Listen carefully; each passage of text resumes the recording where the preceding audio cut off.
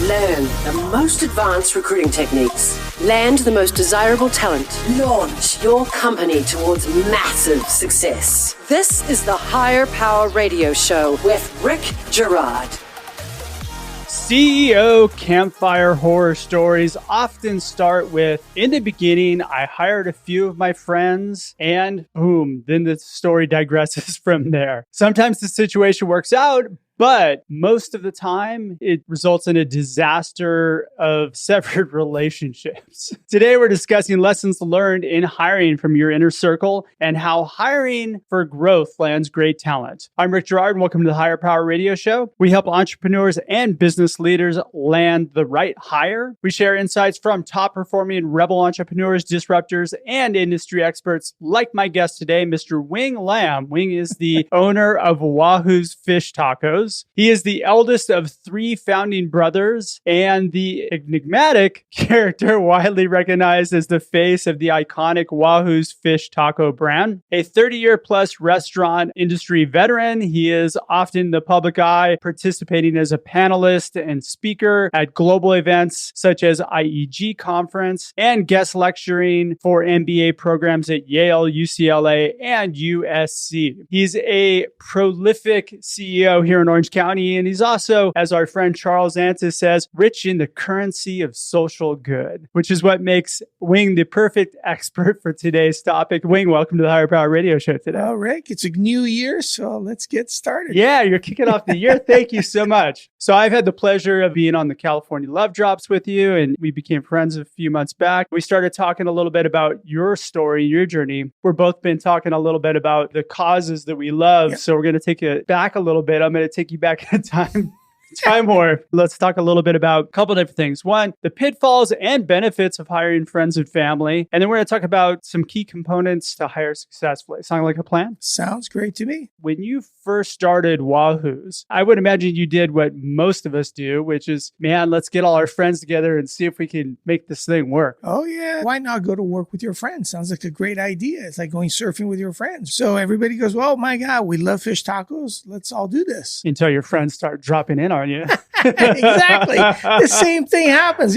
Right? That's a great analogy right there. So early on, I had a few friends from high school, friends from college, whatnot. My brother's friends, we all kind of came together because we all went surfing together in Mexico. It was pretty easy to get everybody around because, hey, we get to hang out with each other. We get to eat some great fish tacos and make some money at it. So what a great idea. Did you get the idea from actually going down to Baja and those little fish taco stands on the side of the road? Oh, yeah. I went on my own, but I went to San Diego State. Road trips, fraternity trips. And then my kid brother, Ed, would also come down and stop by and see me on his way down or whatever. So different options like down to Ensenada, where he would surf, or down to Puerto Nuevo, and just different places. Also in San Felipe. And it just seems like the common menu item near the beach was fish tacos. I did the same thing. I didn't have any money. So I'm like, oh, you can get like 4 or 5 fish tacos for like $5. Exactly. Yeah. Oh, that was such a great deal. Getting back to the question at hand. You joined forces with your brothers as well, which I'm guessing they worked out. Oh, brothers worked out really well. Yeah. Friends, not so much. Yeah, friends, not so much because I don't know what it was, because we're great friends, but it just always felt like they could get away with something that the rest of the employees couldn't because they were friends of ours. And it's one of those where, again, if you let the mice run around, everybody wants to run around. So we try to set boundaries and just little things, but it was always one of them breaking the rules. Probably the first one was my own nephew. He jokingly kept looking at the clock. And I finally said, well, what are you looking at the clock for? He says, well, I want to know when my break is. I'm like, you're kidding me. I don't need to have 6 other employees looking at their clock to see when their break is. I'll tell you when your break is. I get when things slow down. So when there's no customers coming in, take a break. Take as long as you want. But just stop looking at the clock. And guess what? He kept looking at the clock. I'm like, okay, dude, you can't work here anymore because you're going to set a precedence. And as soon as you can fire your own nephew, things change. That raises an interesting question, though. The siblings probably end up working. I hired my brother at one point, and he was great. Yeah. But when you get off that scale of the close brotherness thing,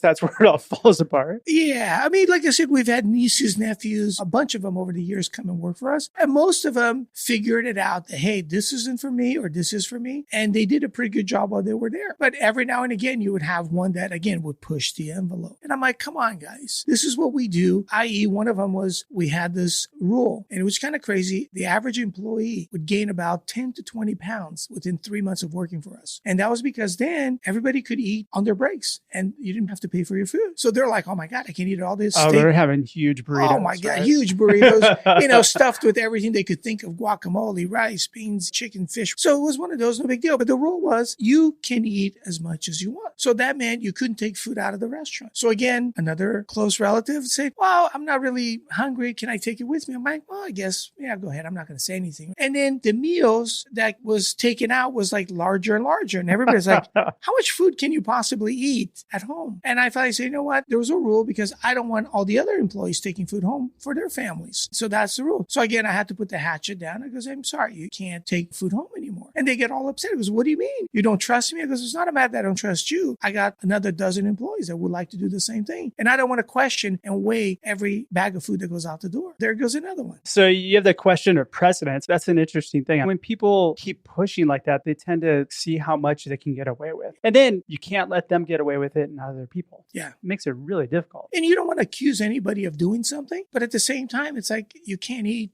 3 meals in one sitting. Yeah. And then that borders on, are they stealing? So I never said that anybody stole food.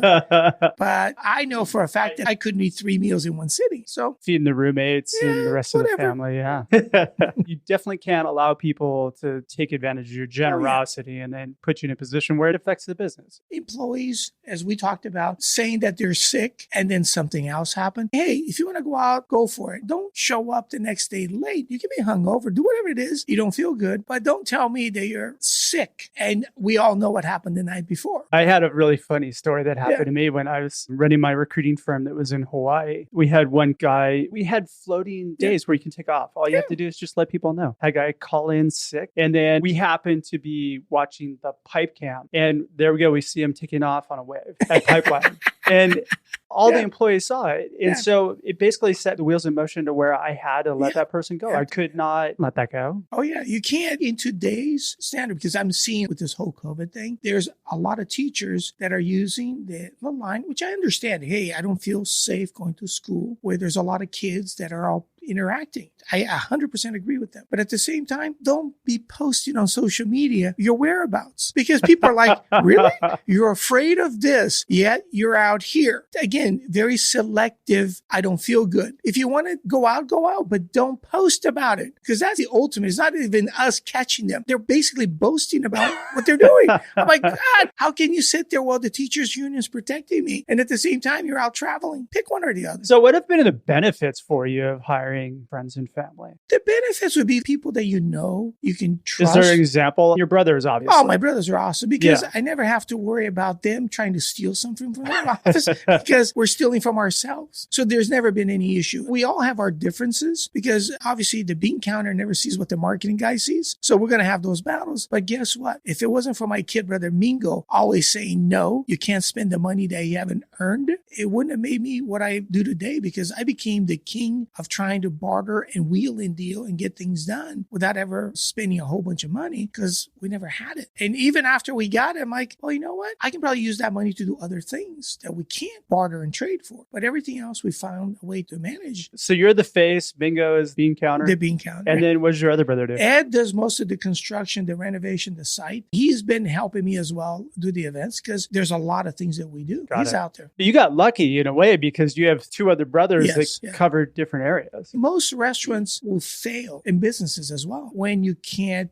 keep the finances together. One, you got to get customers. So a lot of restaurants fail because they don't know how to get customers in. And once the ones that know how to get customers in, they fail because they can't count their money. So you got to have both. The front and the back of the house got to work together. Yeah, that's very true. For those entrepreneurs that are out there right now, why is this important to the company? This really comes down to, correct me if I'm wrong, but setting expectations up front of the people that you bring on board. Oh, yeah. If you're not setting expectations up front with them, you're just, hey, let's see if we can build this together. It's kind of a recipe for disaster. It is. In sports, which is what we talked about, the weakest link is how you're going to lose the game. Literally, because the opposition is going to figure that out really quickly. And that's what they're going to do. They're going to do the mismatch and just keep pouncing on that little guy until they win the game. And you, on the other hand, goes, why are we playing him? Let's put somebody else that can fill the gap. So in work is the same thing. If you surround yourself with a bunch of yes guys, that's what they're going to give you. You're never going to get the challenge, because nobody's asking you to step up. They're like, yeah, sounds like a great idea. Let's just keep doing what we're doing. The recipe for disasters. Just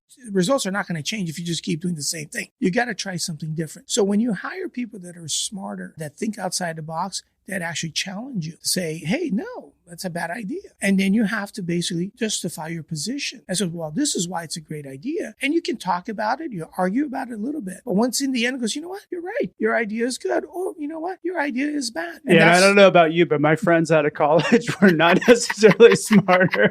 Oh, yeah. At least I was thinking about it. There wasn't a whole lot of people that I hired that were my friends as I was part of a recruiting firm that we built up that was pretty big. When I got into the recruiting business, I was hired by my cousin. Then my brother was hired, and then our cousin was hired. There was a lot of nepotism that was there, but it seemed like everybody who was pulled into the business, he just had a really good knack for being able to pull those people together and get them motivated to work well. Not all friends and family were bad hires, whatever. I mean, at one point, they used an outside headhunter to hire a bunch of managers. And again, out of about 6 or 7 managers that we hired at the time, 2 of them ended up with us long term, and one is still around, one finally retired. But the rest, they weren't good fits. They were great personality, great workers. Culturally, it was a little bit harder. And I think you see that in sports again. When somebody comes through the farm system, they tend to be a better fit. When you trade for a player, it doesn't always work out because there's always this, why are we paying this guy so much money where he hasn't proven to us that he's that good? He may be a good player on that team, but what has he done for us? God, cultural alignment is so key. Yeah. You're listening to the Higher Power Radio Show. I'm your host, Rick Girard, and for our podcast listeners, we're going to take a quick educational moment from our sponsors. Hey, check out stridesearch.com. There you'll find additional content and resources to help you land great hires. Our guest today is Wing Lam. He is the owner of Wahoo's Fish Tacos. And we're talking about the lessons learned by hiring friends and family. So we just covered why it's been important or impactful to the business. Now we're going to talk a little bit about how we can build this into your company. You shared with me a couple key lessons that you learned. One was understand your culture first and starting to delve into that. And then the second one was up hiring. So let's talk about delving into your culture first. As you can see, we're very laid back. But remember, in a restaurant scenario, very few have 3 founding members that all have college degrees, as opposed to culinary degrees. So we are business degree guys, and we think a lot about, hey, what's the outcome? What's the risk? What's the ROI in anything that we do? So we invest in technology, we invest in our people, all the things, but it's from a business perspective. But from the outside, it looks like, oh yeah, it's a great hire because, oh, she's cute, or he's a friend from college, or he's a friend from high school. But there's a lot that goes into it. Like I said, early on, much easier to hire a friend because you know that the friends have to turn into great partners. I would imagine that you and your brothers probably had conversations different than you and your friends. Oh, yeah. Where you guys were really setting up the expectations and figuring out where you wanted this business to grow to. Yeah, and just like any other business, I joke about guys and girls will tell you whatever you want to hear to get the job. It is what it is. We'll put our best foot forward. And I'm going to say this is super unpopular, but people who are in interviews are liars. Especially if you're looking for a job. I mean, it's like going on a first date. You're not getting the real person there yet. You're hearing what you want to hear, and that's what they're good at. So I would say that over the years, we've had a few of those. But Steve, as our operations partner, he basically was a referral from somebody. We literally went out to dinner, and I'm like, okay, great guy. And basically for the first 10 some years, he was just a store manager, and he kept putting systems in place. And finally, one day we looked at each other. This is an amazing guy. He's never really asked for much more than just what the day-to-day, but he keeps showing the value of what he's bringing to the table. Because like I said, we build him. We know how to run the finances. We know how to do the marketing. It'd be great to have an operations guy that can literally make sure that the numbers all match. So eventually we said, hey, we should make you a partner. But he earned his stripe. He wasn't like, hey guys, look at me. So Steve has been a great part of our business, and he became basically the 4th partner. So there's 4 of us, 3 brothers and Steve, that really made this company where it is. Because the first few years, I call it was like you said, let's just do what we can and just have a little bit of fun. And it was organized chaos. But when Steve came in, we started being more and more organized. Well, at least you got organization there. Yes. Because most companies are just chaos. It's chaos with a little bit of organization. Yeah. You just touched on a really important thing there, which is you provided a growth path for Steve. And I don't think that most of us look at, we have work that needs to be done. We have skills that we think that we need. I would imagine providing that growth path has kept Steve there. Oh, yeah. And then giving him, recognizing the fact that he's done a good job and allowing him to spread his wings and become a partner. Yeah. That's key. Like you said, a lot of the big law firms, accounting firms, they're all partners. technically it is a big company, but they're all owned by the partners. So that's why it's kind of an incentive, because otherwise they take off and start their own law firm or their own accounting firm. That model for us would be like franchising restaurants. So once somebody earns their stripe, there's an opportunity there beyond just being a manager if they want to do ownership. So there's different paths. But again, not everybody's cut out to do ownership. Not everybody's cut out to be a manager. So you just feel people out and match personalities with the job scope. Because some of the managers that thought that they could own a store, a few years into it, they're like, you know what, this is a lot more work than I thought it was going to be. And I'm like, well, that's like the boss is the first to come and the last to leave. Where as a manager or an employee, you can just show up whenever your schedule dictates. I don't think I have work hours anymore. I haven't had work hours in 10 years. It's like it starts when I wake up and it ends when I go to sleep. And then sometimes it's in the middle of the night. I wake up in a panic and I go up on my computer. When you're hiring, though, you shared with me another story when we talked offline about hiring up. You hired somebody who you thought was overqualified for the role, but you had something. Here's the key thing. It was about that person. Yeah. It was about what that person wanted to do as opposed to the job that you had open. So basically, we had an opening in our catering events department because some people were transitioning in and out. And I said, okay, what do we need? So we basically put it out. We had a lot of applicants apply. And then looking at it, I'm like, okay, when it got down to the few people we interviewed, it felt like, okay, besides the fact that catering and doing that was one thing, but one of the minor little details, which is not exactly on the application, was, can you drive and are you comfortable driving trucks? And I'm going to tell you, most people have never really driven large vehicles. And one particular applicant says, well, yes, I'm used to driving those. So in my head, I'm like, okay, that eliminates the possibility that I would have to take the vehicle to and from an event. It's already a long day. The last thing I need to do is wait until everybody's done and then drive the vehicle back. So I thought, okay, besides that, there were things that she had done in a different scale, like weddings and things like that. I'm like, you know what? We normally do wedding rehearsals because we're more casual. But somebody that's done that, I said, they're going to be even more comfortable doing the lesser. So she was almost overqualified. Way overqualified. Yeah. But in one hand, I'm like, you know what? I can either be holding somebody's hand for the next couple of years until they're ready, or I can have this person and give her the reins and let her come into the job in a way that hadn't been done before. It worked out pretty good. So in a way, you're up hiring. You're actually taking somebody who you think is probably overqualified for the role. What was it that person wanted, though, that you offered that made that person really want to join? The thing that she was looking for is the flexibility. Because when you're doing events, it's not a 9 to 5. It could be nights, it could be weekends, it could be lunchtime. So the flexibility. So she looked at it. She wasn't looking for a 40-hour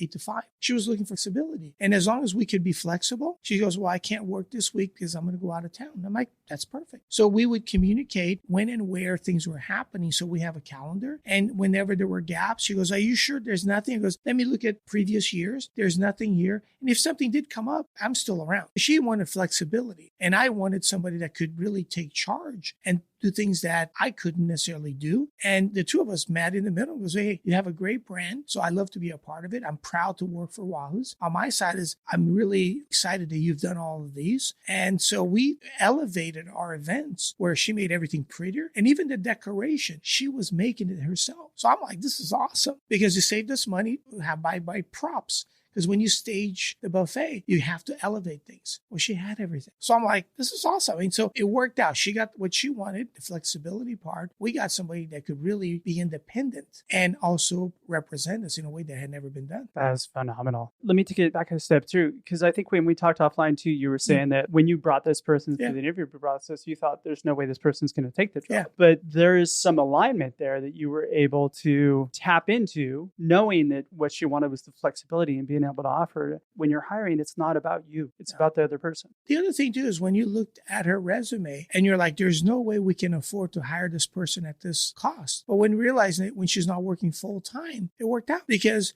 she's still making the same hourly as she was making before and more. But the fact that she had flexibility and having a full time wasn't a priority to her. Good for you for working off the assumptions that most people do. And like I said, some people, it's the money. Some people, it's the flexibility. Some people, it's the title. You just got to figure out because some things are more important than others. It's based on that individual. You can't assume what's going to be important to that individual over, a lot of people assume that it's going to be the money. 9 times out of 10, it's not. No. So shoot, we're coming really close on time. Wayne, what would be 2 or 3 key takeaways you could give the audience that they can plug into their business? The first thing is referrals. I think that's really important because like you said, a lot of people will come out of the gate saying all the things that they think you want to hear. And when they start throwing down their referrals, just check them, because believe it or not, 9 out of 10, they could be right on the money. Oh, yes, I did that. Yes, I started and finished this. But most times they're taking credit or doing things that they really didn't do. There's a key giveaway on that when people start talking in terms of we did this, yes, as opposed to I did this. Yes. That's a big hint.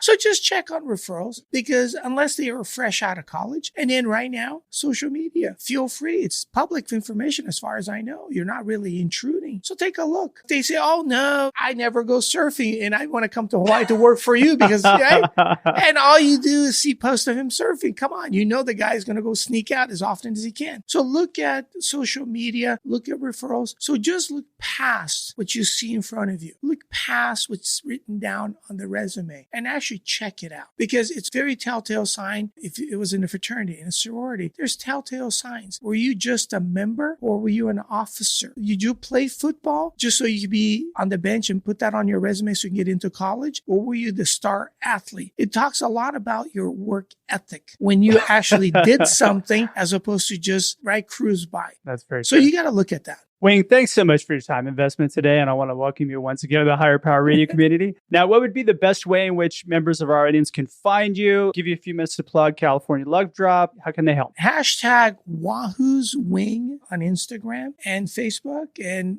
hashtag Wahoo's Fish Taco for our company. I like Wing Dash. Wing Dash is also pretty funny. Reach out to California Love Drop. Yep, California Love Drop. We have a GoFundMe page, so if you have a product, we'll take it. If you don't have a product, send us some money. And tell the audience what California Love Drop is about really quickly. California Love Drop is a group of us business guys. Wendy from KLOS, Eric from Blue Sea, Charles Antis from Antis Roofing, Chris from UHSM. And now we got more people coming in. And we go out and provide food, drinks, and snacks and any supply we can think of to frontline workers. I love that. And it's fun. I've been on a couple of them. So, all right. I want to thank our listening audience for tuning in to this week's episode of Higher Power. A quick thanks to our team, Brian Colburn, Andrea Ballin, and Ayla Gerard. If you're listening to the podcast, please subscribe, review, and share. We're listening and we welcome your feedback after all this show is for you. You can join the Higher Power Radio community at Higher, H-I-R-E, Power, P-O-W-E-R, Radio, R-A-D-I-O.com, or you can drop me an email at rick@stridesearch.com. Tune in next Tuesday. Our guest is going to be Joel Patterson. He is the founder of the Vested Group. I'm your host, Rick Gerard, and you've been listening to the Higher Power Radio Show. Aloha. Thank you for listening to Higher Power Radio. Catch our LinkedIn Live show every Tuesday at noon, or download the podcast on iHeartRadio, iTunes, YouTube, or your favorite podcast platform. We appreciate you joining us on Higher Power Radio with your guide to recruitment success, Rick Gerard.